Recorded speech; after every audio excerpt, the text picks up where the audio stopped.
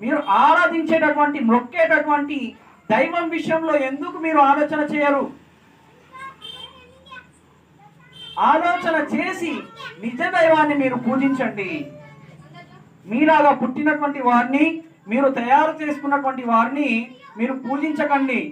మిమ్మల్ని వాటిని తయారు చేసినటువంటి ఆ పైన ఉన్నటువంటి సర్వలోకాల సృష్టికర్తను మీరు ఆరాధించండి, ఆలోచించండి, పరిశోధించండి అని అల్లాహ్ సుబ్హానహు వ తఆలా అంటున్నాడు. అఫమై యఖ్లుకు కమల్లా యఖ్లుకు అఫలా తదక్కరున్.